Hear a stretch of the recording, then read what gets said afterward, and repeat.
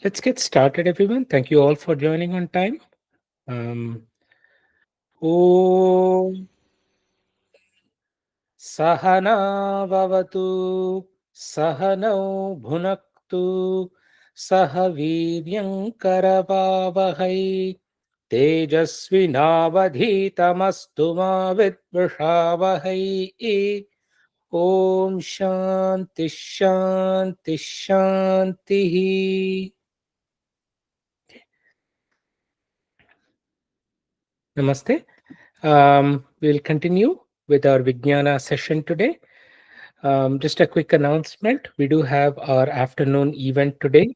If you're in town, please do come. I know many of you may have received the program information and so on, but please do come. I think the event starts around uh, I think 2:15 or so, 2 o'clock. I think so. Ashwinji, it starts exactly at 2 or 2:15. 2:15. 2:15. Okay, good. Yeah, please come there. You'll get a chance to meet our teacher in person. Yeah, you can ask questions. You can have a nice discussion about all the topics that you're interested in and get sufficient guidance to move forward. Okay, we can start, G. Namaste, everyone. Welcome back to the classes. And very happy to be sitting in Austin and offering this session, of course, online though. So what we will do is that I will just show you the slide from the previous session. I know the previous session we discussed a lot about Padartha Vijnana, bringing insights from the philosophical systems, a lot of terminologies and such things. So I will just quickly spend a few minutes in that before we go into today's session.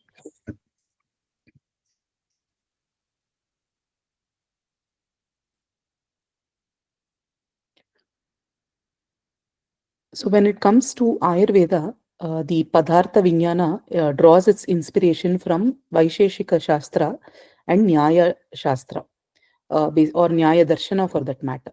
So these are two philosophical systems which draw their inspiration from the Vedas, of course.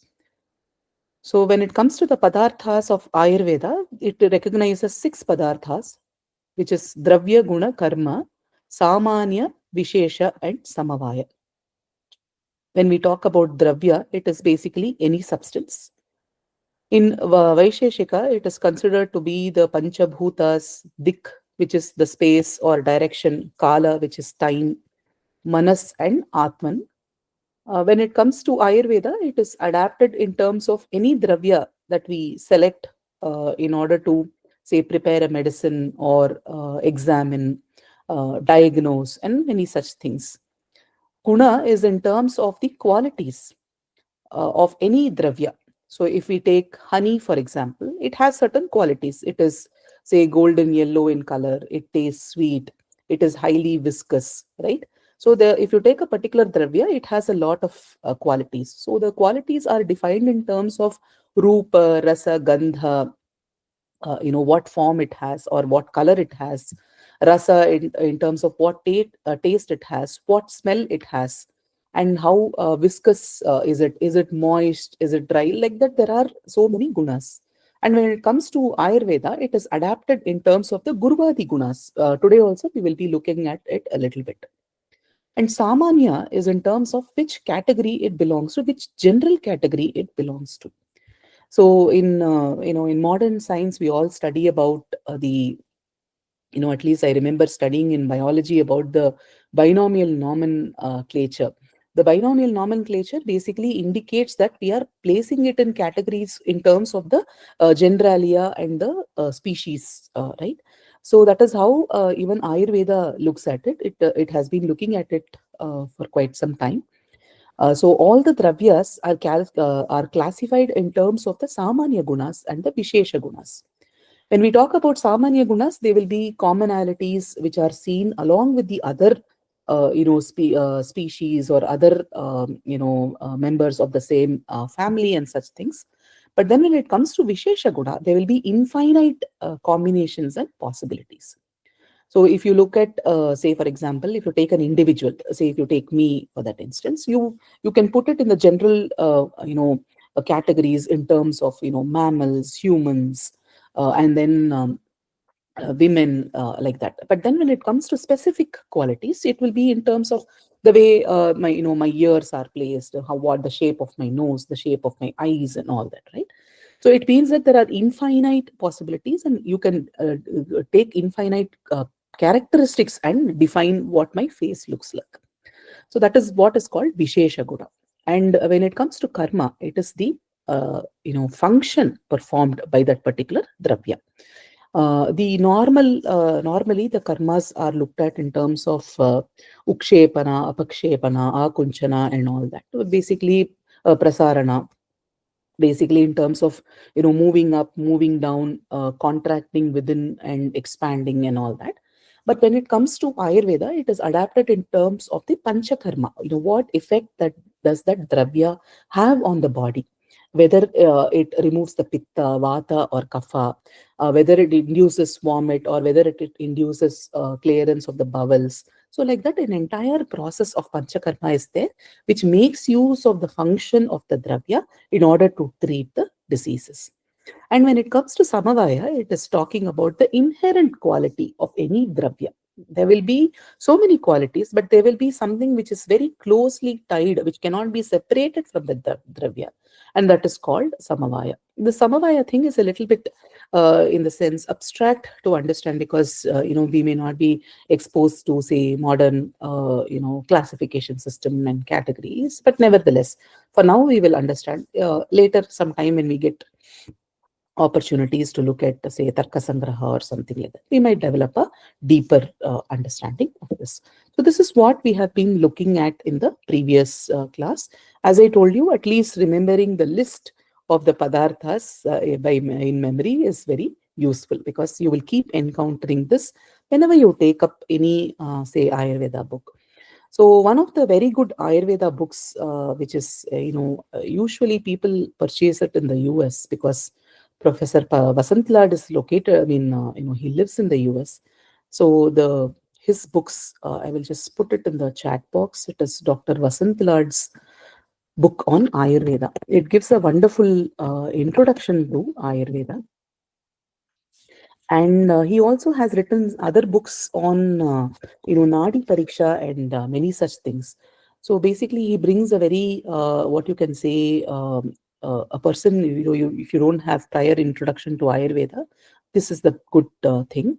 And another book is there by Om Swami, which is called The Wellness Sense. It's a really beautiful book, because it brings out a lot of case studies that Om Swami narrates from his own personal experience of talking to people, giving them Ayurvedic advice, and what kind of a routine that can be followed, and many such things. So it is called The Wellness Sense by Om Swami. I'll put that as well in the chat box.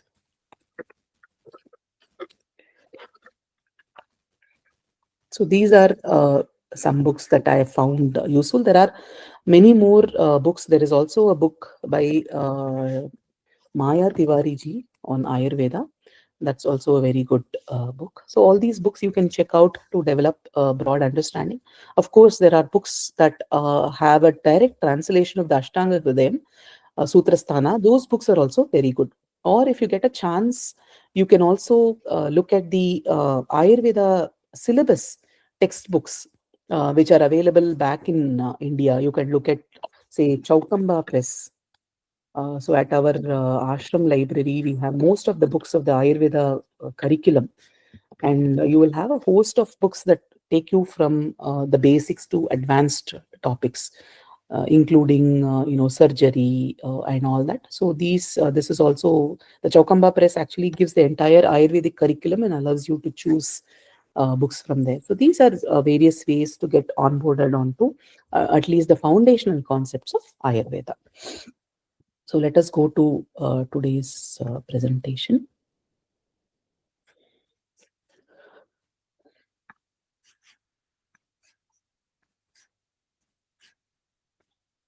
So in today's session, we will be looking at what we call the doshas according to Ayurveda. So when we say dosha, it is not the Tamil dosai. It is dosha in terms of that which basically when we talk about dosha, it is basically a fault, right? When we say, this particular gemstone has a dosham. So we talk about some fault it has. So it not only represents a fault when you talk about doshas in the body, it is something that has the tendency to go out of balance. So given a stimulus from the external environment or within the body or whatever it is, there is a tendency for this to go out of balance. So we, according to Ayurveda, we come with a yes, G, DCG. Good question. I think is it better to call it imbalance rather than fault? Yeah, correct. When it comes to doshas, it is imbalance. But what I'm saying is that, for example, typically in a household, we take a gemstone and, we examine it closely.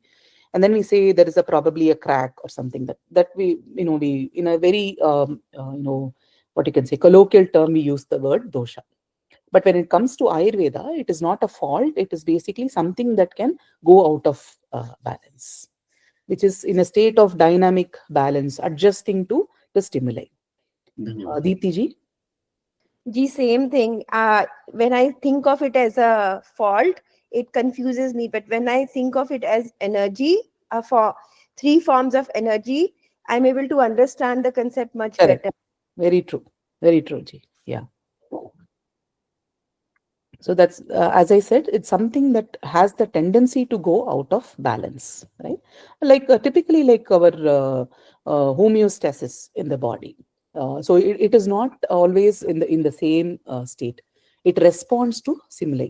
So there is a constant response in the body. We will also see how the various manifestation, the stages of manifestation of disease. You will see that how the body responds to various stimuli, could be food, could be weather, could be whatever it is in the environment outside and environment inside, right?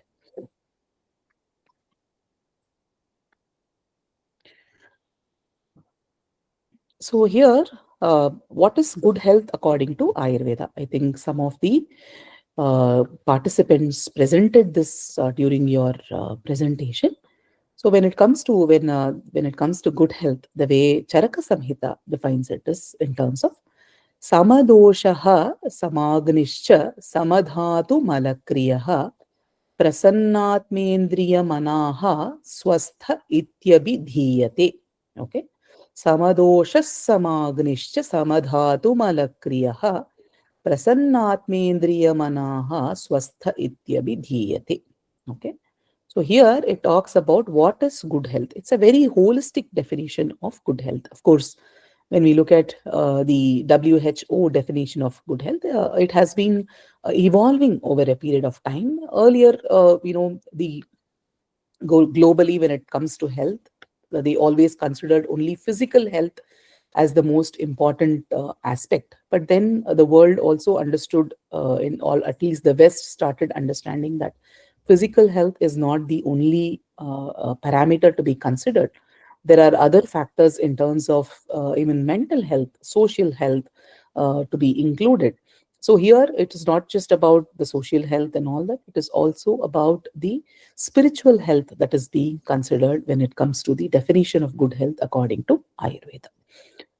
So when Charaka, when it is spoken of the doshas, here it says samadoshaha. It means that it is a balance of the doshas, vata, pitta, and kapha. So in today's session, we will be looking at the precise details of vata, pitta, and kapha. So the doshas basically govern all the physiological functions, of course, the mental functions as well. And when the doshas are in balance, the system works very, very efficiently. So this word balance also has to be understood appropriately. So the according to Ayurveda, we come with a certain dosha, predisposition, which we call as prakriti. Okay.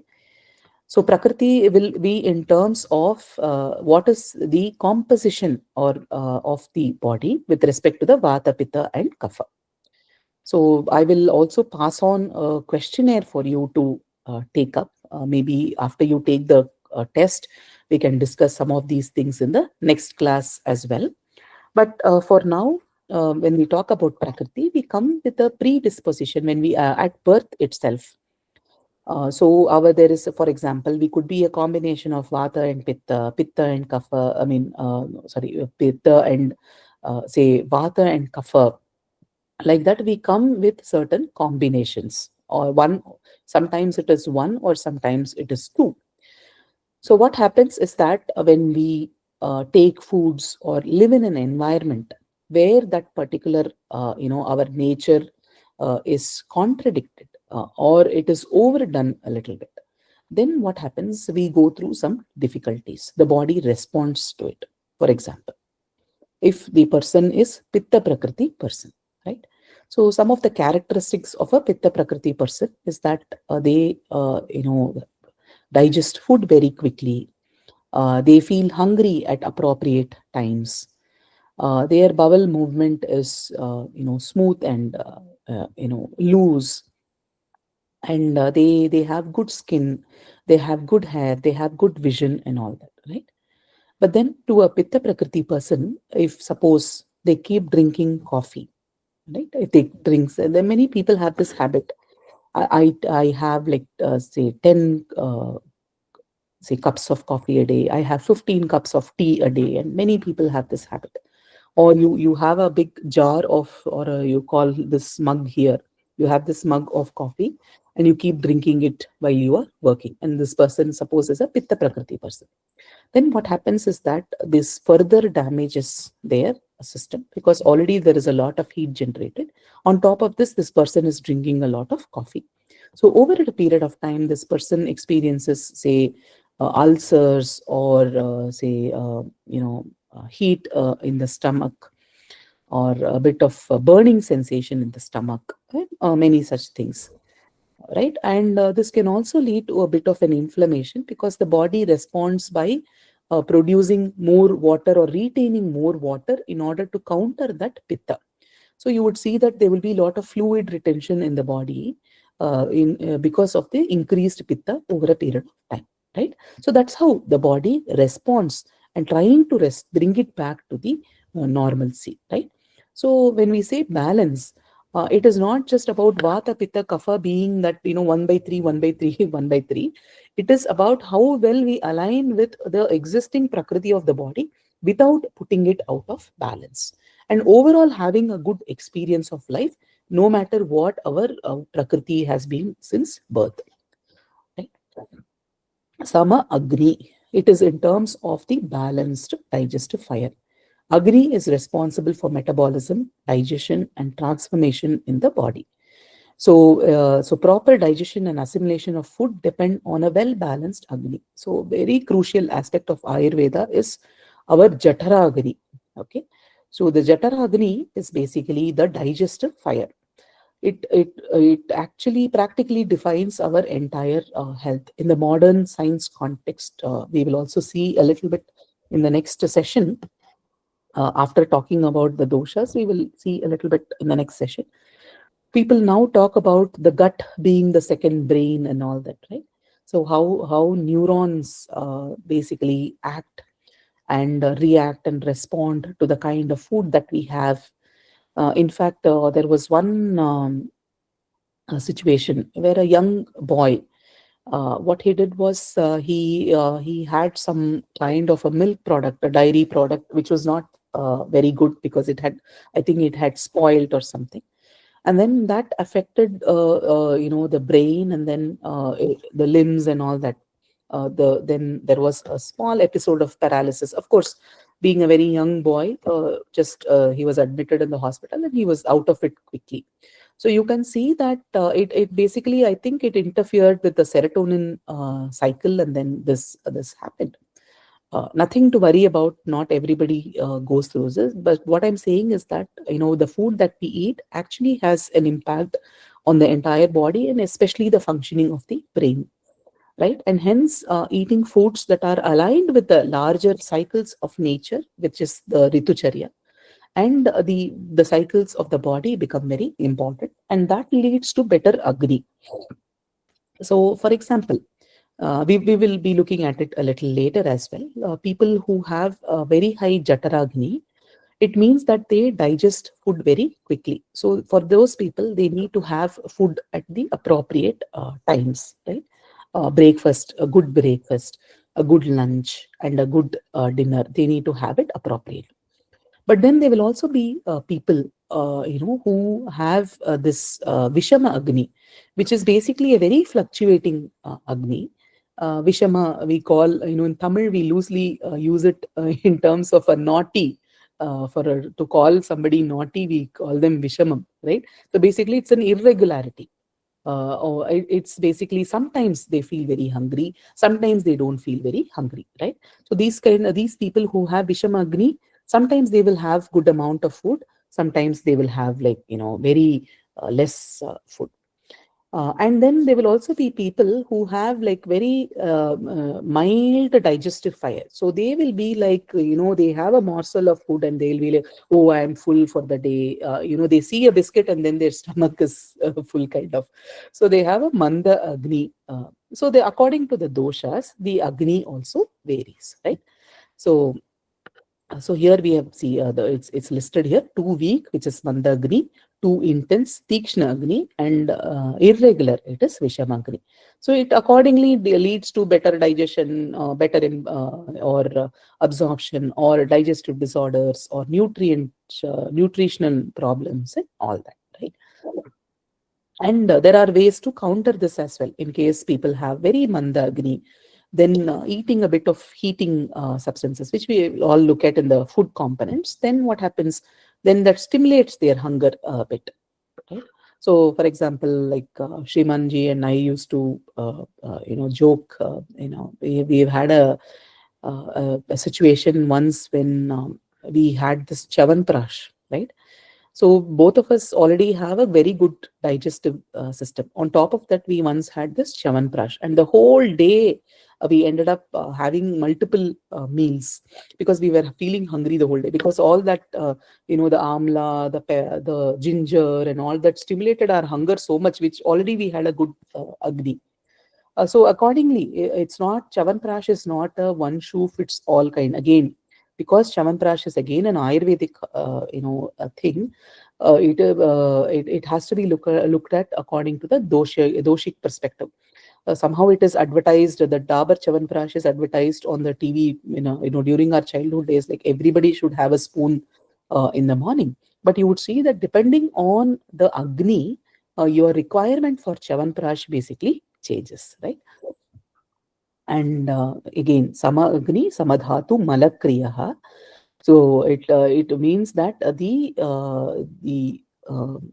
mala, the waste of each of the dhatus should be eliminated appropriately.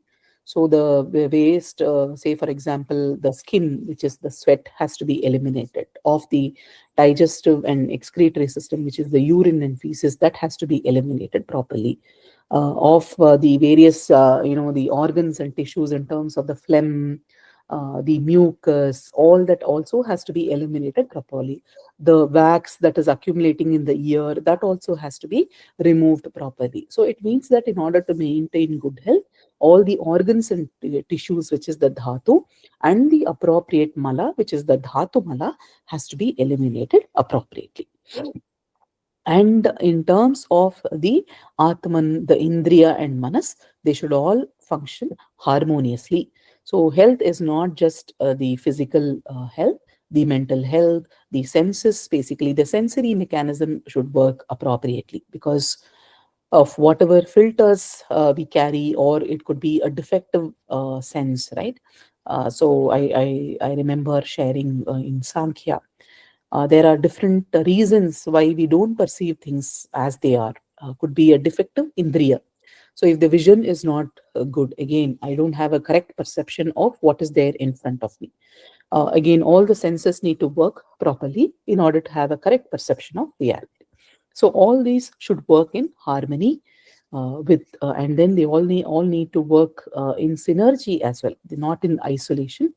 The dosha should be balanced, the Agni should cooperate with it, the food should be digested, the mala should be appropriate, and overall we should have a pleasant experience of life. So you would see that one of the most holistic definitions of good health is available in our text, which is the Charaka Samhita. So no harm in again memorizing this particular chant. Okay. Samadoshas samagnischa samadhatu malakriyah prasannatmendriya manaha swastha ityabhidhiyate. So what does the Ashtanga Hridayam talk about good health? It says Vayuf Pittam Kafascheti Trayodosha Samasataha Vikrita Vikrita Deham Ghananti Te Vartayanti Cha. Okay. Vayuf Pittam Kafascheti Trayodosha Samasataha Vikrita Vikrita Deham Ghananti Te Vartayanti Cha. This is what the Ashtanga Hridayam talks about when it talks about the balance of the doshas. So here it talks about the role of Vata Pitta Kapha. Of course, we haven't looked at what is Vata Pitta Kapha, but at least we all know broadly this terminology. We have heard in our daily usage, we might be using some of this. In fact, the word cough, right, which we have, when we are unwell, right, we cough. That is also derived from kapha. So the doshas, this verse talks about the role of the three doshas, Vata, Pitta, Kapha, in maintaining good health or causing illnesses. The three doshas are Vata, Pitta, and Kapha. Vata is also called Vayu. And Samasataha means the collectively, or the collective influence of the doshas, or they all act together. And Vikrita, it is Vikrita, Avikrita. Vikrita is in terms of when there is an imbalance. Avikrita is in terms of when there is a balance. Deham ghananti te vartayanti cha. So they can cause the illness, or they can sustain the body or grow the body, or it can basically function smoothly, right? So the three doshas collectively influence the health. When the doshas are imbalanced, the body can experience illness, and when the doshas are balanced, the body experiences good health. So whenever here in this class, when it comes to translations, there is only I'm using a very broad translation, and that is mainly because of something that we can relate to. There we can go into, actually when we go into the words of Vikriti, Prakriti and all that, there will be a lot of grammar, etymology and everything involved in decoding that particular word. But this is mainly to grasp at the moment some broad translation, which is still not bad, is provided here. Okay. So Vayu, these are two important verses. Samadoshas samagnischa samadhatu malakriyah प्रसन्नात्मेन्द्रियमनाः स्वस्थ इत्यभिधीयते वायुः पित्तं कफश्चेति त्रयोदोषा समासतः विकृता विकृता देहं घ्नन्ति ते वर्तयन्ति च. So this can be, these two verses can be very important in order to define the good health according to Ayurveda. Any points of discussions that you want to share or something so far? Yes, Ji? Wondering why Vikrita is repeated twice. I know it's part of the rhyming sentence, maybe, or maybe. Which one, Ji? Sorry? Vikrita. No, it is Vikrita, Avikrita. Okay. Yeah, it is the opposite. These are opposite. That's how, for example, in the Bhagavad Gita, you will encounter many of these the polar opposites, conjoined together. So these are the opposites. Okay, gotcha. Avikrita means it is imbalanced. Avikrita means it is balanced. Gotcha. Thank you. For example, in Yoga Sutra, Klishta, Klishta. Klishta, Klishta, it will come, it's as one word. So it means it is Klishta Vrittis and Aklishta Vrittis. Yeah, there is a similar sloka, right? Labha, labho, jaya. Labha, labho. Correct. Labha, alabha. And the very opposites will be put together. That's a beautiful, that's a very convenient way of composing these. So in our internal ashram discussions, we often use the word nature and nature. It becomes very easy to use that word to define, how the Bharatiyas look at nature and what is not nature. So we say nature, nature. Yeah, yes, somebody had a question. Yeah, Darshanji. Namaste ji. Yes. Smriti ji, so some people say that I have lot of acidity. So can we say that acidity also means pitta or it's Yes, something else? it is Pitta ji. It is Pitta. Okay, धन्यवाद.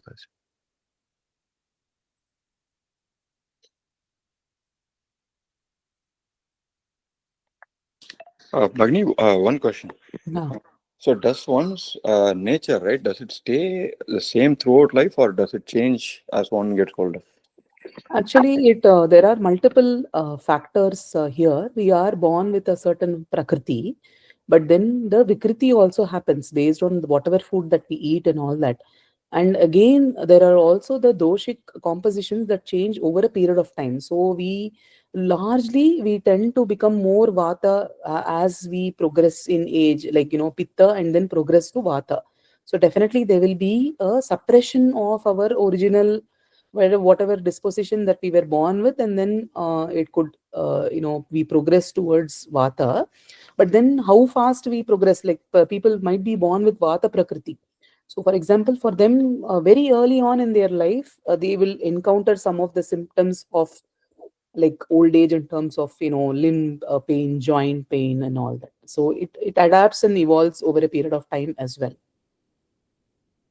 And now we have this whole epigenetic thing, depending on the environment that we live in, many of these things also change.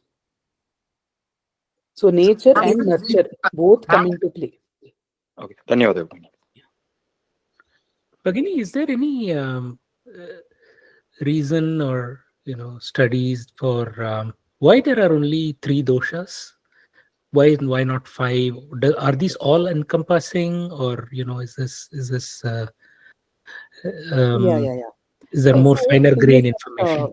when we look at this, of course, some of the very core philosophical Ayurveda texts might answer this, or Ayurveda philosophers will answer this probably. But when we look at the Nyaya Sutras, Gautama's Nyaya Sutras, or there are other Nyaya texts. In those Nyaya texts, they actually talk in detail about how these categories are created. So, for example, if we say this in modern psychology, we have this MBTI, I think, right? We have this test, MBTI, I guess. So, how did they come up with that introvert, extrovert, this thing, right? So, it means that there will be a process of, first of all, some kind of an observation based on the societal psychology. Then a category will be created, could be grounded theory or something applied to that. And then people test it out on the other population to validate whether these are the categories. And then it is published, peer reviewed, it is criticized, it is debunked, and then it has to pass through all the tests. And that is how it withstands the test of time. So in the Nyaya Sutras, there are a lot of processes that are described to come up with these categories, so that it is not one more or one less than this. Of course, the trigunas are there, sattva, rajas, tamas, and that is where these things also come forth. Namaste, Smriti ji. Yes. Will we learn to how to balance these things later? Yes, see. That Okay. inputs will also be part, like dinacharya, ritucharya, the food habits as defined by Ayurveda. All this will be part of our session. जी, धन्यवाद. Namaste ji. Some people will say, like, if your parents are having these diabetic or high blood pressure, automatically the kids will inherit that. So, can we change that, or like that can we according to these three doshas, right? Correct. will that can be treated, or like is it true like automatically they will be inheriting those doshas whatever the parents are having? Yeah, so of course we are born with a certain dosha composition, as I told you, prakriti, but there is nothing that cannot be changed for that matter. If you look at the modern epigenetic research, so what is epigenetics? So we all, when we were young, we were studying about genetics, our DNA, chromosome, this, that, and all that, where we said we will be inheriting the genes which carry, say, for example, some illnesses from our parents and all that. But then when this whole new epigenetic research came, they said that epigenetics is about the gene expression, right? So depending on the environment that we live in, the practices that we adopt, the lifestyle that we have, whether that particular gene will find expression or not, it will change. So if we have a lifestyle, if we live in an environment in such a way that the gene does not find expression, then it means that the diabetes which is passed on, we will not have that diabetes which is passed on from our parents. So again, so and hence we have a chance to course correct our lifestyle, right? And then adopt insights from Ayurveda, whatever modern nutrition says, yogic practices, all these three combined in order to lead a healthy life, which does not say allow the genes to express. But how much of it, like it's not possible to like fully control, because how many parameters we ourselves are not so aware of what all is going on in our body, but we can try our best. That is why having an appropriate environment becomes very important. Maheshji? Hello, namaste. Yes. So I also, it is also said that the original Prakriti cannot be changed, right? You can try to balance it, or you can suppress one. Is that true that the Prakriti that we are born with, it stays like that throughout our life? We can, like you said, like using either food or where we live, or yogic practices, like we can try to bring it to balance. Yes, your understanding is correct. As I told you, it's like the predisposition, or it's like the DNA kind of a thing. We are born with that Okay, particular composition. But as you said, based on our lifestyle and all that, we can mitigate the risks that are involved with that particular, prakriti. So even okay. the epigenetic thing is possible. Yeah. And then is it like, can all three be disbalanced, or it's only Yeah, like one or two? it's possible that way also. Okay, There are different combinations. Yeah. thank you. So why the knowledge of Ayurveda? One, of course, is the practice of Ayurveda is one thing, in the sense, if you're not well, you go to Ayurveda doctor, and that is what many people are there who don't have this modern medicine. They go to an Ayurvedic doctor, and then they have Ayurvedic medicines. There are a lot of people that I know do that. So that is one part. But even from a sadhana perspective, as a sadhaka, if you are into yogic practices, initiated into some of these, say, japa, or initiated into the asana pranayama tradition, the knowledge on these frameworks of Ayurveda become very important, because every yogic practice has a certain impact on the body. Of course, you can decode it through the lens of neuroscience or modern physiology and all that, endocrine systems and such things. But when you decode it through the lens of Ayurveda, also becomes very important, because the amount of food that you need to eat, and then how much gap to give to do the yogic practices, what kind of yogic practices suit your body, all that will actually depend on how well we imbibe this framework of this vata pitta kapha. And when we say vata pitta kapha, it is not always a concrete meaning. When we say vata, it's not air, or it's not vayu. It is about a convergence of the concept, or you can say an emergent meaning out of it. we look at lot of things, inputs, and then say we read a few texts. We also try to see what happens in the body, how the food impacts our body, and over a period of time we converge on, okay, what is meant by vata imbalance. Though we might read it in a book, it's you can or if we just directly read a translation, it may not strike you that well. So that is why we need more and more knowledge of it through reading, through anubhava. Then we converge on a meaning of what is vata pitta kapha and how we can observe it in the body, right? So it's a progress, it's a work that we need to do. So why before we go into the details of the doshas, it is important to look at the panchabhutas. When we talk about the entire universe or the entire creation, we call it prapancha because it is made of the panchabhuta.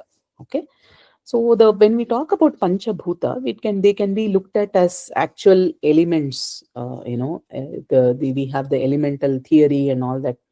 Of course, modern science does not subscribe so much to that kind of a theory. Or they can be looked at as manifestations. You can look at it as Agni. When you see a fire, it's a manifestation of that Agni Tattva. Or it can be looked at as a Tattva, as a principle, it can be looked at. And all of these bhutas have a Daivika, Bhautika, and Adhyatmika presence. Daivika, in the sense, could be a nature-based or a celestial presence or a universal presence. Bhautika is in terms of, when we look at in the bhumi, or around us, what is it? And adhyatmika, within the body, what it is. Okay, when I talk about adhyatmika, I'm not referring to the self inquiry kind of a thing. I'm referring to more in terms of the person as an individual. How do we enshrine the panchabhuta? So these three dimensions we will be looking at today, right? Daivika, Bhautika, and Adhyatmika. Daivika, I mean the natural occurrence or the divine occurrence. Bhautika is in terms of the outer reality around us where it occurs, and Adhyatmika within us where it occurs. So these three things we will be looking at. So you can call them as elements when they come together and all that. For example, Vedanta. When we take any Vedantic text, there is in fact one text called Panchikarana by Adi Shankara Bhagavad Pada. Right? You can, the Panchikarana text actually talks about how these, the Panchabhutas, they come together and there is a process of division and addition coming together and all that in order to create this reality around us, right?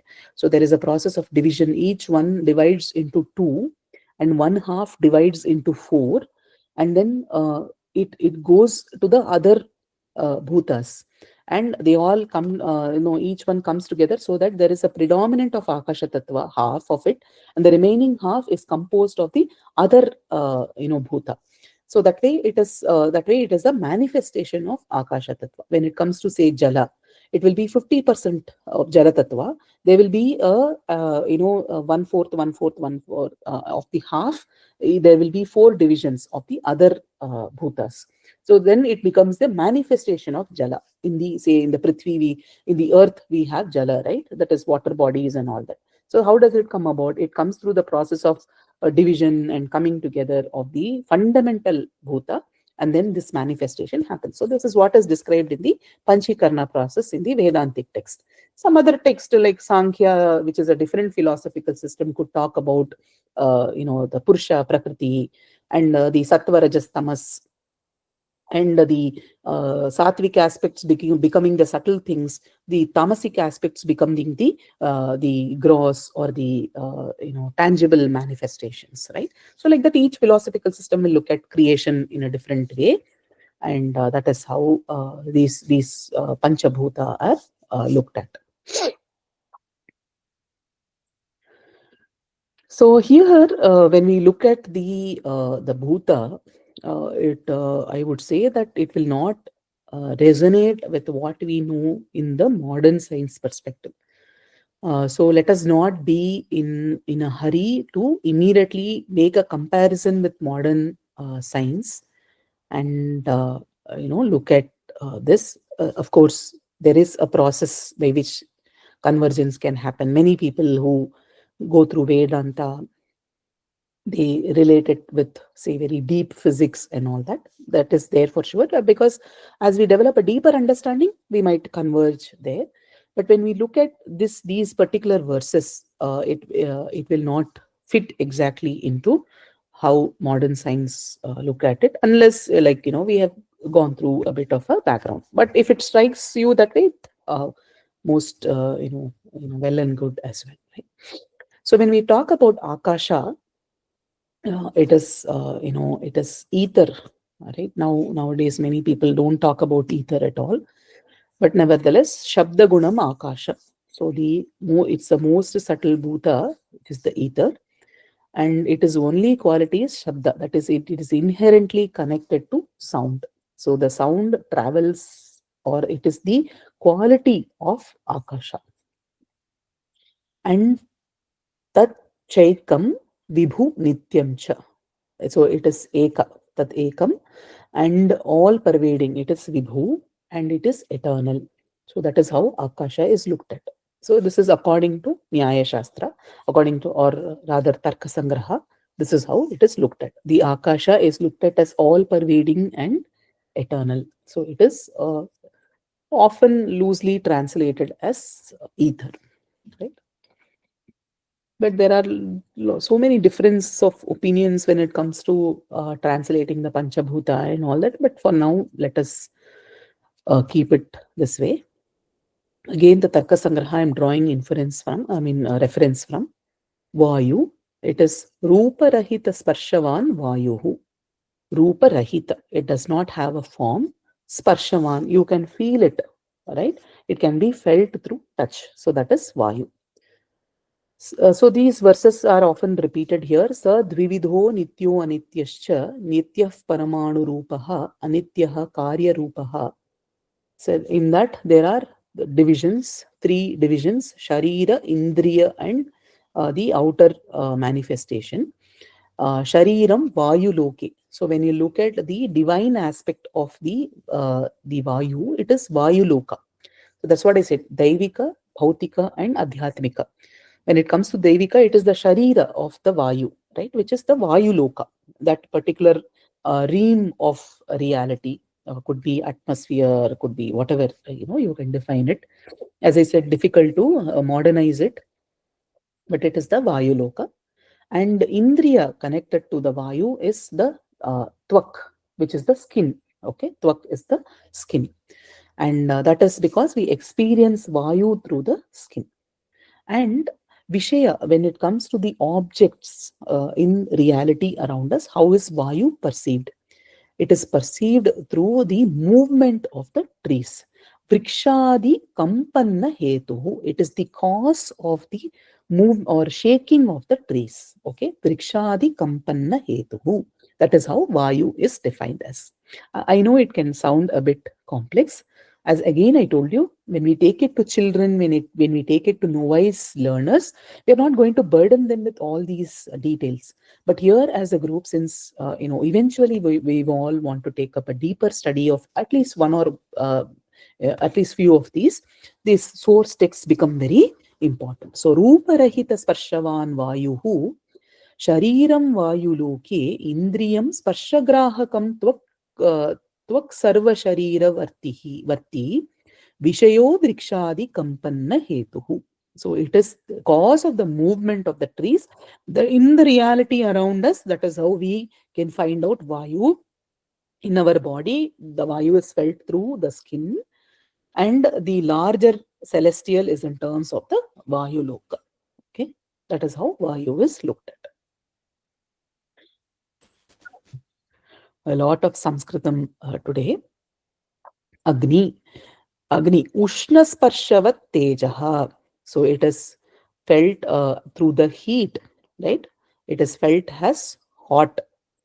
And what are the various? There are Nitya Rupas and Anitya Rupa. Nitya Rupa is in terms of the Paramanu. The very, very fundamental aspect of Agni is that Paramanu, very, very fundamental unit.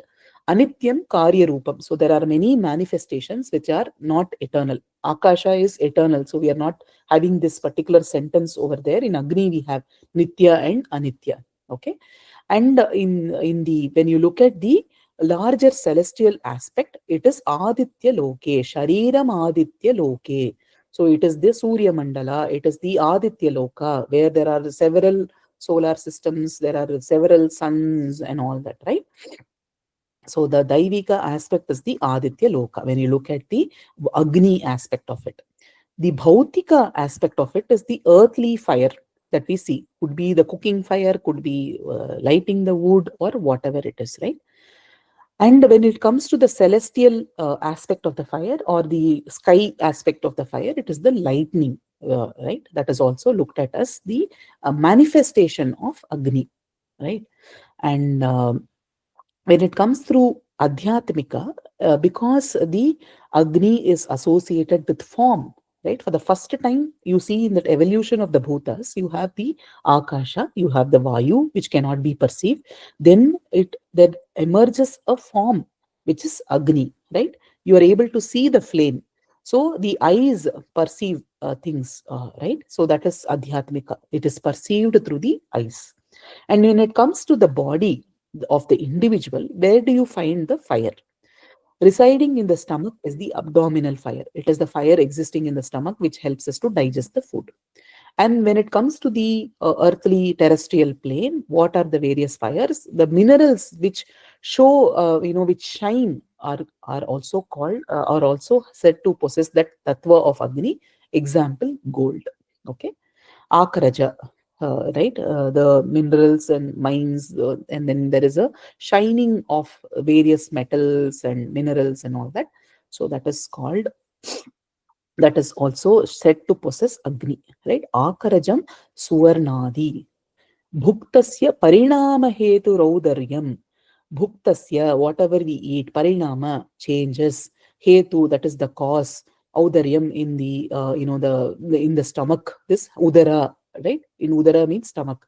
Lambodhara, we say for Ganesha. So in the Udara, this Parinama happens, right? That is the fire. The digestive fire changes the food that we eat into the energy, right? And uh, Abhin Ghanam, Abhignam, Divyam Vidyudadi. So it is to do with Vidyut, which is basically the lightning, right? So all this it is described in the Tarka Shastra. Don't worry if you find this complex, but just these are in a larger philosophical context, these become very useful. Okay. Then you have Jala. What is the quality of Jala? Shita Sparshavatya Apaha. Apaha is Jala. You feel cold to touch. Again, you have Nitya and Anitya. You have Nitya is Paramanu Rupa and Anitya is Karya Rupa. And then in that you have the three categories. Shariram Varuna Loke. The celestial aspect is in terms of the Varuna Loka. Indriyam, when it comes to the Indriyas, Rasagrahakam Rasanam Jihva. Right, the taste, the tongue perceives the taste, that is the water element. So the moment we think of some sweet or something, we start to salivate, right? So that water is generated over there. So when it comes to the Jala Tattva, the taste is considered to be associated with the Jala Tattva. Vishayaha Sarit Samudradihi. When it comes to the Bhautika aspect, when it comes to the reality around us, the lakes and the seas and the rivers and the various water bodies, they represent the Jala. Okay. Prithvi, Gandhavati Prithvi. So when it comes to the quality of Prithvi, it is defined by the smell, right? So when you look at the deep Nyaya Shastra books, it will talk why only Gandha is associated with Prithvi, not color, not wetness of the soil, and many such things. So as I told you, it's difficult to relate it with modern science, but nevertheless, when you look at the Yoga Shastra, when it Gandhavati Prithvi, right? So the Prithvi element is very much associated with the Mooladhara Chakra. So when people have to do the meditations to awaken the Mooladhara Chakra, they often work on what is called the Nasika Drishti. there are two interpretations of this Nasika Drishti. Some interpret it as observing the tip of the nose. Some observe it as this tip of the nose, like where the nose starts, right, just below the Bhrumadhya. So these are the two interpretations. People practice this often, and they say that once the Mooladhara chakra awakens, then there are a lot of internal smells that emanate. Okay. So you would see that people would experience, could be a sandalwood smell or could be a rose smell. They start perceiving a lot of smells that emerge internally. So, right, so that Mooladhara and the Nasika, these seem to be connected even in the Yoga Shastra. So that way, the root chakra or the Prithvi element which keeps us grounded, the Samavaya in terms of the inherent quality is also the Gandha, which is the smell. Okay. Sharira, Indriya, you have the three aspects of it. When you talk about the senses, it comes down to the sense of smell, smelling with the nose. Indriyam, gandhagrahakam, granam, nasan, grati, right? So it is in terms of smelling through the nose. And you have the mrit pashanadihi. You have the soil, you have the sand, you have the stones, you have the rocks, you have the mountains. All these are manifestations of the what you can say, the Prithvi element.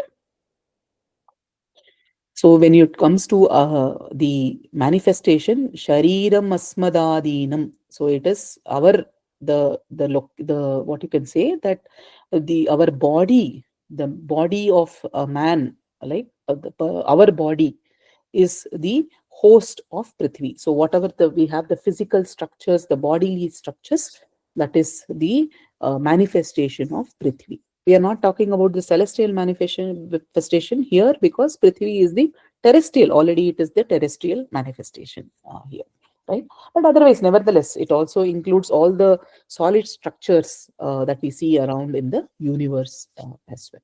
Yeah. So anything here that you want to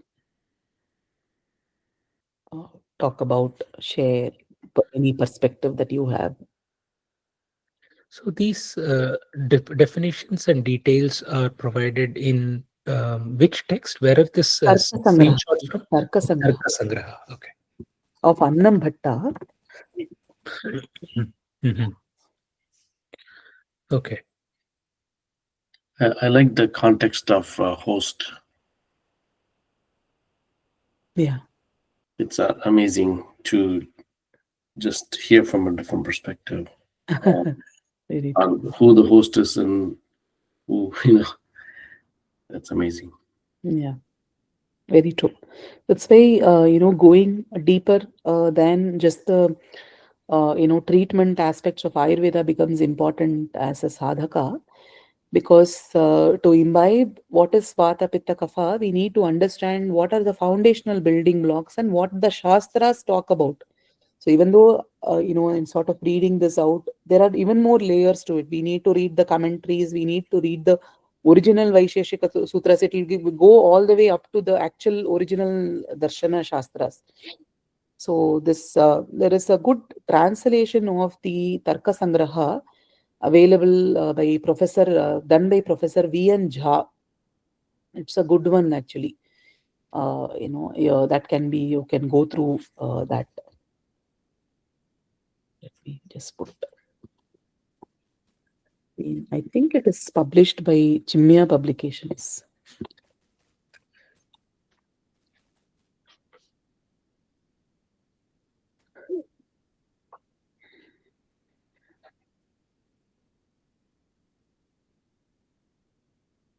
Yeah, there are no further points. I will just proceed from here. So what is dosha? Doshayanti iti doshaha. So it is basically something that is prone to imbalance, as we have been looking at. And sometimes single dosha is predominant, two doshas are predominant, balance is there. There are a lot of combinations of doshas that are available. So how does the dosha relate to the Panchabhuta. If you see here, Vata is composed of Akasha and Vayu. Pitta is composed of Jala and Agni. Kapha is composed of Prithvi and Jala. Okay. So, Akasha and Vayu compose of Vata. They come together to form Vata. So, looking at this particular definition, can you uh, guess what could be some of the qualities of Vata? Looking at this combination,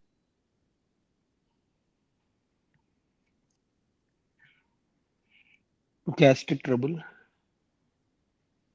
Vata is air and ether, or Akasha and Vayu. So, what could be the qualities of Vata? Anxiety. Okay. Yeah, Vata will be moving. Very good. Moving. Very good. Con- Chala. Constipation, menstrual related, Okay. and anything that moves down. Yeah. So when you say Akasha Vayu, looking at the Panchabhuta aspect, what can you talk about Vata quality or whatever you can talk about Vata?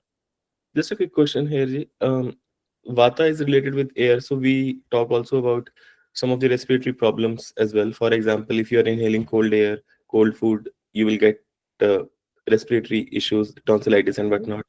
But you mentioned that cough, which is also part of the respiration, is associated with kapha. Yeah. So, like how? I'll come to that part. I will clarify that part. Yes.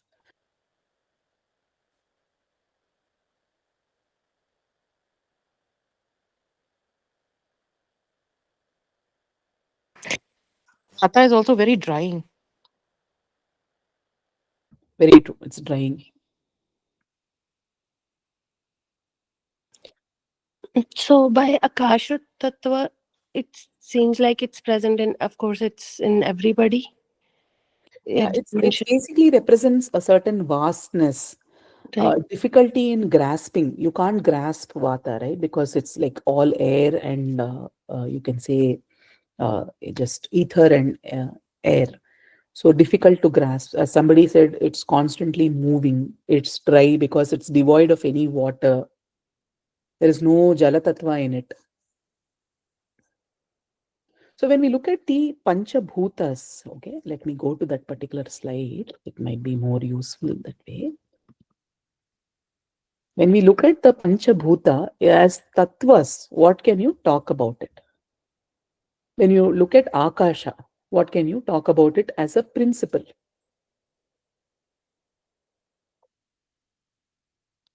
It's there everywhere. It is there everywhere. Very good. Limitless. Yes. Sorry, Ji? No limit. Yeah, no limit. Very true. It cannot be felt. It cannot be felt. And it is also something that holds everything together, right? Because it's all pervading. Everything is situated in that space or in that medium. Or when it comes to Vayu, Agni, Jala, Prithvi, can you just highlight some things that are principle oriented more than the manifestation oriented? Any of these? When we say Jala Tattva, what are some of the defining characteristics of Jala Tattva? Need something to hold the jalam. You need to hold. There should be something to hold it, right? Yeah, so you need a container. Okay. Tattva was cold to touch. Cold to touch. Very good. Yes, Sabatini ji. Oh, sorry. Moving Feeling object. heavy. Feeling heavy. Okay, Guru.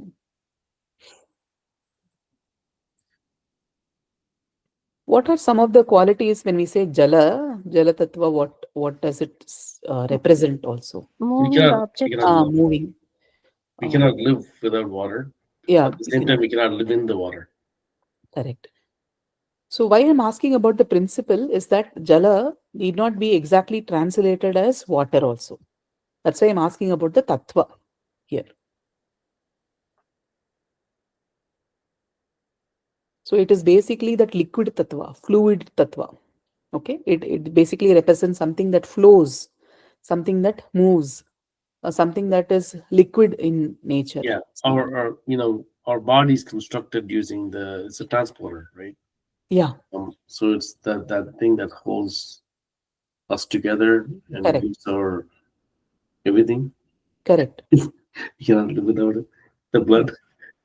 Yeah, it also represents that moisture element, right, which holds everything together.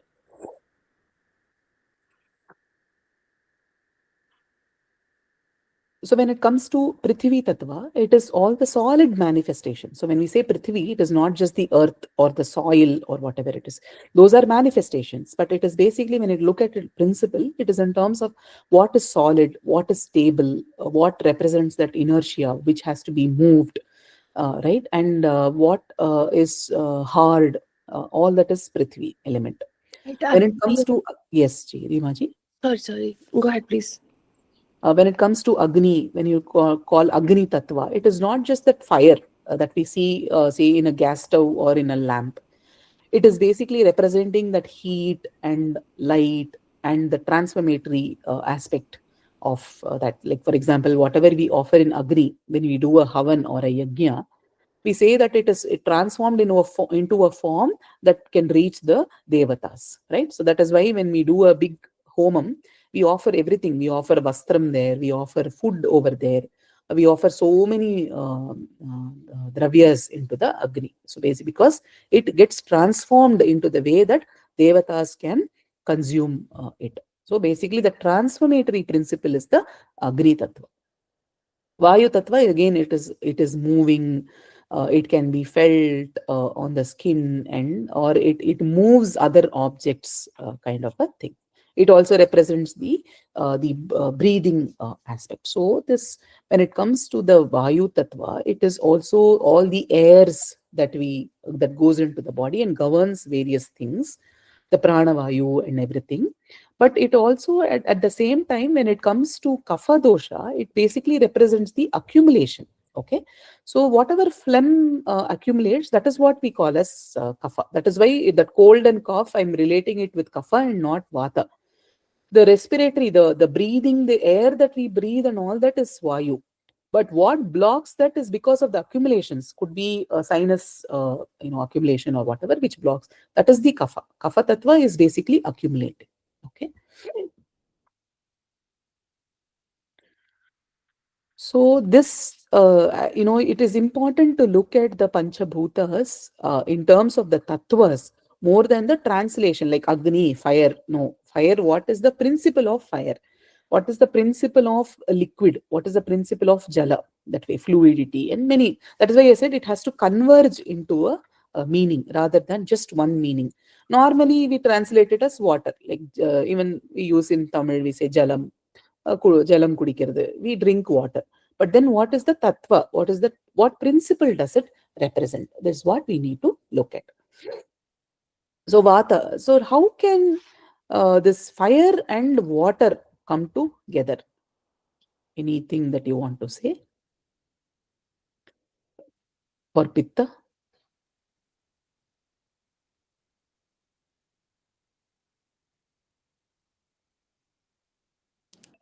Like the boiling point, something, the heat, it goes and it transforms to something, then becomes, I guess, temperature goes up, the fever. I mean, there's a whole bunch of things that can happen. One thing I'm trying to notice also, like the Jivatma, it's a combination of all that runs together in unification. That is ultimately Jivatma, right?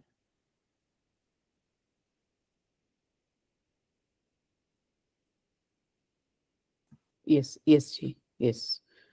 Anything else with respect to Jala and Agni being together? Unlike our rock, paper, scissor, which can't be together, how can the opposites be together? Sometimes the cold, though when the heat increases, we think it's because of kapha, like allergies or too much heat in the body, we still feel the cold. Okay. Sweating too much. S- it because of the heat and the fluids it's trying to exclude. Okay. Shanti ji. I think acid reflux is like Ah, both heat yes. and water together. Yes. Very true. I think you are a chemical engineer, Shanti ji. I sort of remember, or material science maybe. You know. Yeah, both. Both. Yeah. So the thing is that it's typically related to the acid. That's why when we translate Jala as water and Agni as fire, then we get a bit confused as to how they can coexist. But when we say Jala is basically that fluidity, and the Agni as being the heat and light perspective. So you have acids which are liquids at the same time have that burning capability, fiery elements, right? So basically it represents the acidic aspects. And kapha. Kapha, how is it water and Prithvi? Can you highlight anybody? Coldness and like joints and bone pain and all that Okay. because of From a tattva perspective, from a very fundamental principle perspective. I think it doesn't move much. Like the earth stays there, so it goes with stability, immovability, Okay. and that's how like earth and water, which is kind of a stagnant at some point. heavy. Heavy, fine, correct. Earth is also like nourishing. Uh, Yeah, let's not translate Prithvi to be Earth, oh, Earth in the okay. sense of the, what do you call it, our planet. Mhm. Okay. Let us look at Prithvi as a tattva. Right. Yep. Uh, accumulation. Accumulation. Earth Very is the accumulation. So basically, Vayu Tattva, Prithvi Tattva is solid.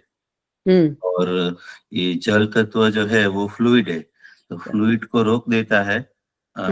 और जो solid तत्व जो है वो इकट्ठा हो जाता है, तो वो कफ हो जाता है।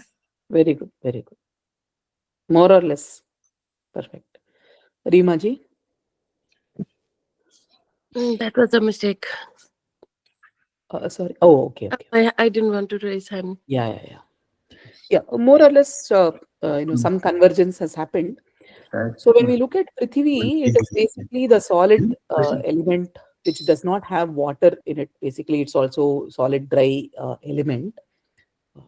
See, even if I use the word element, it's a problem. But nevertheless, I will use the word element. Any word that we use is a problem here. But of course, we need to come to a stage where we have this inputs on Sanskritam. Today, of course, we will be having something in the afternoon. But until we come there, we will just use all these loose translations. Okay. State now and apologize later kind of a thing we will do. So this, when we look at the Prithvi and the Jala, Prithvi basically represents that dry thing without bereft of any moisture. And when you add moisture to it, that is how we get this kapha. Okay, that accumulation happens, like what Dinesh ji mentioned. So, in fact, in the Nyaya Shastra or the Tarka Sangraha, there is a beautiful description of what is meant by sneha or the quality of moisture. Whatever makes the churna into a laddu, that is called moisture. Okay, that is basically representing this kapha element also. So the churna means it's a powder. It's basically that kind of a solid prithvi thing. And when you add water to it, you can make it into a laddu. Water in the sense, you can add water, you can add milk, you can add ghee, you can add oil, whichever fluid is there, liquid that is there, viscous thing. If you add, you can make it into a solid laddu, right? So that is how the body has come together. The Jala Tattva and the Prithvi Tattva come together to create this solid structure. And when it goes out of balance, that is also an accumulation. phlegm is accumulated, the sinus get inflamed. Even in a way, if you look at it, project it very deeply, lifestyle disorders like, fluid retention in the body, or even if you project further, even problems like cancer, which are like proliferation of cells, all that can relate to this particular thing, growing and accumulation, right? So that is only possible when these two things come together, right? The pitta will transform the food that we eat into energy. That energy will then help us to accumulate, grow, and then the body grows over a period of time.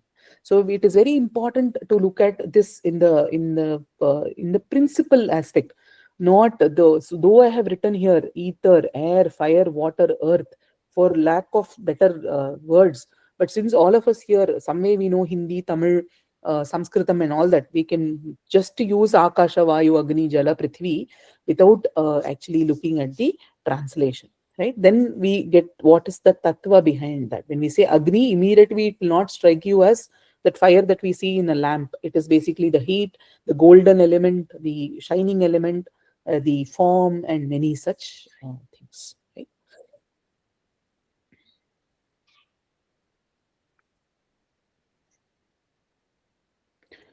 So what are the factors that impact the doshas? Again, doshas, when I say it's a problem, but for now we will have it the plural. Diet, you have food quality, you have fresh, processed or stale food. This can determine your health. Or hot, dry, oily foods. Again, eating habits, regular quantity, irregular food, speed of eating, all this can change how it impacts the vikriti can happen. Then activity level, do we have a sedentary lifestyle or a active lifestyle? Do we have a set of daily activities that we do, or is it like totally irregular? What is the quality of the sleep that we have, quantity of sleep that we have? What are the various environmental factors like seasonal changes, the weather conditions, the living conditions, urban, rural setting? What are the pollution levels? Like, now you have this whole, I keep looking at, what, recently we had this thing in India where one of this, I'm sure you are all aware of Brian Johnson, right? He came to India, he was part of an interview, and then he just walked out of the interview saying that the pollution levels, the air quality index is very poor, and that can actually, he's doing a lot of experiments on longevity and cellular rejuvenation and many such things using supplements, routines, many such experiments he's conducting on his own body. So he was commenting how the air quality index is so bad that it will seriously damage his pathway towards longevity. And then he quit that entire show and came back.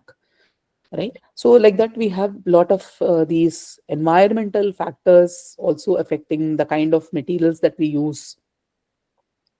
Like today, even if you look at a house that we build, so many artificial materials, carcinogenic materials are used in terms of the roofing materials, the wall panels, the paint that we use, and many such things.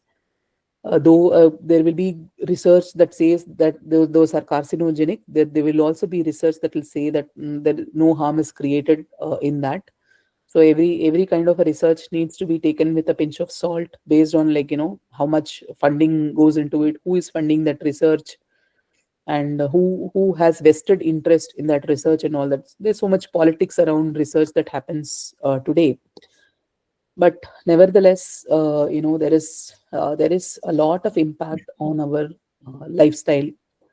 And one of the things that we have, at least we experience at our ashram, is in terms of living outside, uh, or living without a roof on the head. Of course, to sleep we all go inside, but people who have visited our ashram, you can see that there is plenty of space that you can just sit around underneath a tree or whatever it is.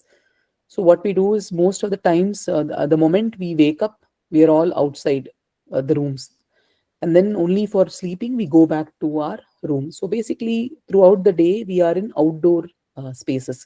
Even if it's hot, we just sit underneath the tree, we actually don't perceive the heat. Of course, when you come from a different country, you will take some time to adapt to the temperature. But when you live there, it's basically your skin and everything has already attuned to that weather conditions, right? So living outside, we've seen that it has a huge impact on the body, because there is a lot of transformation that happens because you get directly sunlight and heat. Many of the deficiencies that often we get and then try to solve it through supplements can be just taken care if we live outside, direct exposure to some of the the bhuta, panchabhutas basically. So all these impact the doshas, can put it in balance, can go out of balance, and many such things can happen, right? So it is not just one factor. That's why it's not about food alone. It's not about exercise alone. It's a full package, and that is why in a way it is complex, and that is why in a way it is simple also, because when we look at some of the traditional practices, right, when we look at set of family practices, it becomes very easy that way, because there is a certain DNA pattern our ancestors have experimented with it, and we can some of these can easily be followed, right? And again, emotions, mental state, anxiety, anger, stress levels, chronic stress, again, lack of relaxation can affect the doshas. The life stage, childhood, adulthood, and old age, again, the compositions change, developmental changes, hormonal and psychological or physiological changes can happen. Predisposition to certain dosha imbalances could be there. We could have inherited some things, medical history, chronic conditions, and that can impact the doshas. Use of pharmaceuticals can impact the doshas. Like for example, some people, they have some medicines, they get mouth ulcers, right? And then you have a medicine to counter that. So when we say mouth ulcers, basically it means that the pitta is increasing because of the medicines that we eat. Some people, when they have painkillers, then they immediately have ache in the stomach. Basically, there is some kind of an ulcer condition that they get. Then people then counter it using something else. Like some people have antacids and then take the some of the medicines, which helps to balance that. So basically, it means that the pitta is increasing because of the medicine, right? So like that, whatever even normal treatments that we go through definitely impact the doshas, and only we can develop to that extent. We are not going to be a vaidya. We anyway have to depend on a vaidya for treatment, but at least we can observe some of the changes that happen in the body, right? Let me just see what I can cover for today, and then I will go to this part I will cover today, then I will go to the other aspects in the next class. So here, te vyapinopi hrinnabhyor adho madhyorddva samshrayaha vayoho ratri bhuktanam tedda madhyadigah kramat. This is what Ashtanga Hridayam says. Okay. Te vyapinopi. Generally, the doshas are available, presence is there throughout the body. Okay. But then there are also specific sites in the body where they are prominent. If you take the chest, you have the adha, means the lower part below the chest, that region. Okay, the chest and abdomen below that, and above that region, if you divide it as three parts of the body, right? Then you have the accumulation of kapha in the chest region, and above that you have accumulation of pitta in the middle region, in the abdomen, the stomach region, and all that, the liver, the intestine, and many of those regions. And when it comes to the vata, it is below the navel region, right? The joints, the excretory, reproductory system, and the legs and the feet, and all that, right? So the top part up to the chest is dominated by the kapha. Between the chest and the navel region is dominated by pitta, and below the umbilicus is dominated by vata. So that is what the first first part says. The second part, what does it say is vayohoratri bhuktanam tenta madhyadiga kramat. Vayas, vaya means it is the age. When you look at the age, Then Ahoratri means day and night, and Bhukta is basically the food and the digestion cycle. So if you look at the age, the day and night, and the food cycle, the first part is dominated by Kapha, the second part is dominated by Pitta, and the third part is dominated by Vata. What does it mean? In young age, it is dominated by Kapha. In middle age, it is dominated by Pitta. In the old age, it is dominated by Vata. Or it means that there is a lot, we are prone to display the qualities of those doshas, and those can also go out of balance. That is what it means here. Or those need to be taken care in that particular stage, right? So kapha, when we say why it is predominant during childhood phase, because that is the growing phase, the accumulation phase. So children grow because of the kapha element. The body grows because of kapha. So that is predominant there, and hence we give foods that help their growth. Okay, but then that is also prone to imbalance. So you would see children will often fall sick when it comes to say they catch a cold or they are coughing or whatever it is. So that dosha is also prone to go out of balance more during childhood. That is why we say don't give too many sweets and all that, and also don't give too much karam or spicy, because they need that minimum bit of kapha to grow up.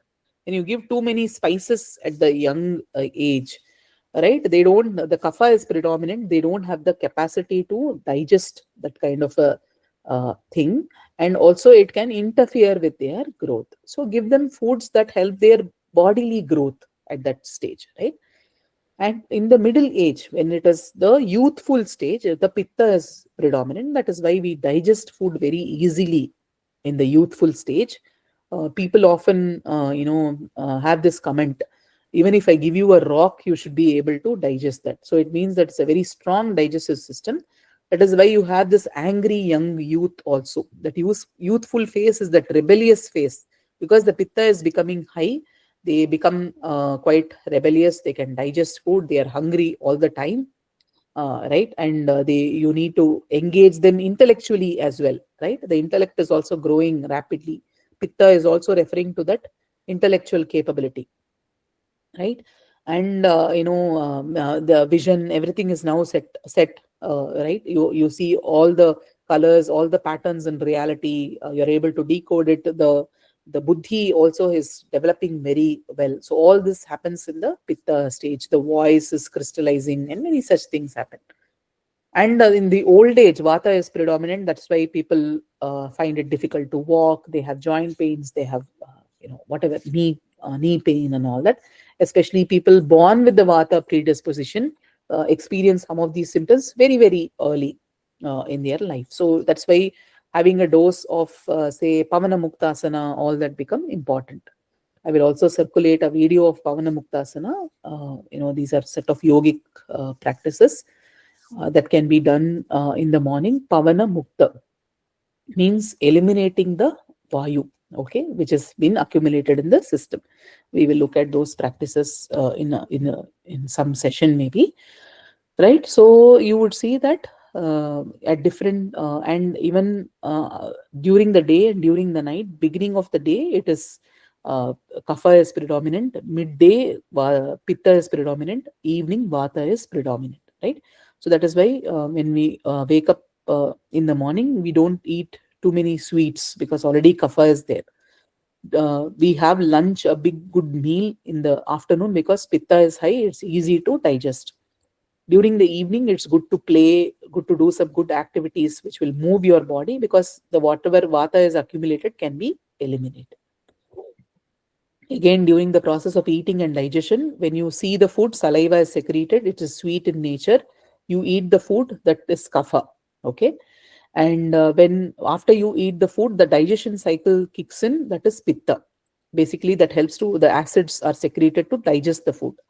And then vata, the energy is released and then it travels throughout the body, energizing the entire body, that is vata. So like that, you have different stages in which the doshas basically work. So this is, we will continue this particular doshic theory in the next class as well, and look at some of the foods and illnesses and many such things associated with the doshas. Maybe we can take 1 or 2 points and then we can close the session.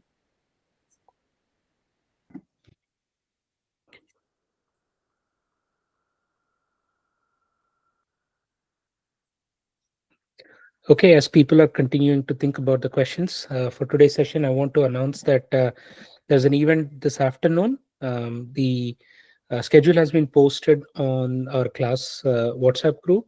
We'll remind you all again, it's around 2 o'clock. Please do come there and have a wonderful opportunity to meet Smriti there, your teacher, face to face, and ask lots of questions and discuss things. We have a good lineup of programs today.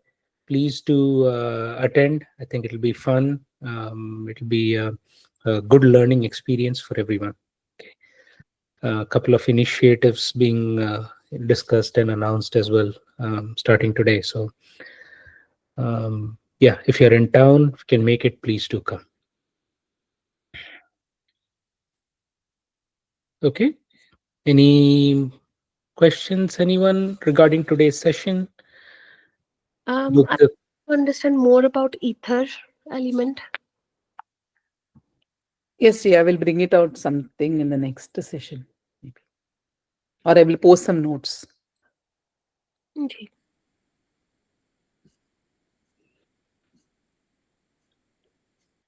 And for today's session, can you please send the information in the email as well, Ji, because I won't be able to attend, but I would like to know. Okay. Are you not in the WhatsApp group, Ji? I am, Ji. Okay. We just posted the session details in the WhatsApp group as well. Yeah. Now I'm talking about the announcement that you mentioned, like it will be announced today. Okay. Yeah. If anything comes up, anything new happens out of the session this afternoon, we'll definitely make an announcement to the class. Yeah. Dhanyavad. Will the session be recorded today? We are working on it. Yeah. The place does not have Wi-Fi, so we have to figure something out and maybe stream it or record it. We'll work on it today, Rohitji. Yeah, I mean, I really want to attend, but due to personal commitments, like not able to do that. But any kind of video will work, because even if I just hear the golden nuggets of wisdom, it will make a difference in my life. So please do that if possible. Will do, Ji. Will do. Yeah, Rohitji, I was really hoping to get a session with you to discuss the pronunciations and things like that. I think you had requested, I think a couple of sessions back, about how to memorize and things like that, right? Yeah. I actually still have the same problem today as well. Like last session, I spent more than 1 hour. Okay. And like now I'm almost blank. Like I am not able to recall all the words. So I'm just trying to understand, since Sanskrit is not my first language. Yeah. It's going very hard for me to remember all the words. I do understand the concepts when I read it. I do able to relate, but I'm not able to recall well in terms of. Yeah. So Rohitji, let's, this upcoming week is a spring break week. I don't know what your schedules are. We should probably find a convenient time for both of us, and we'll get on a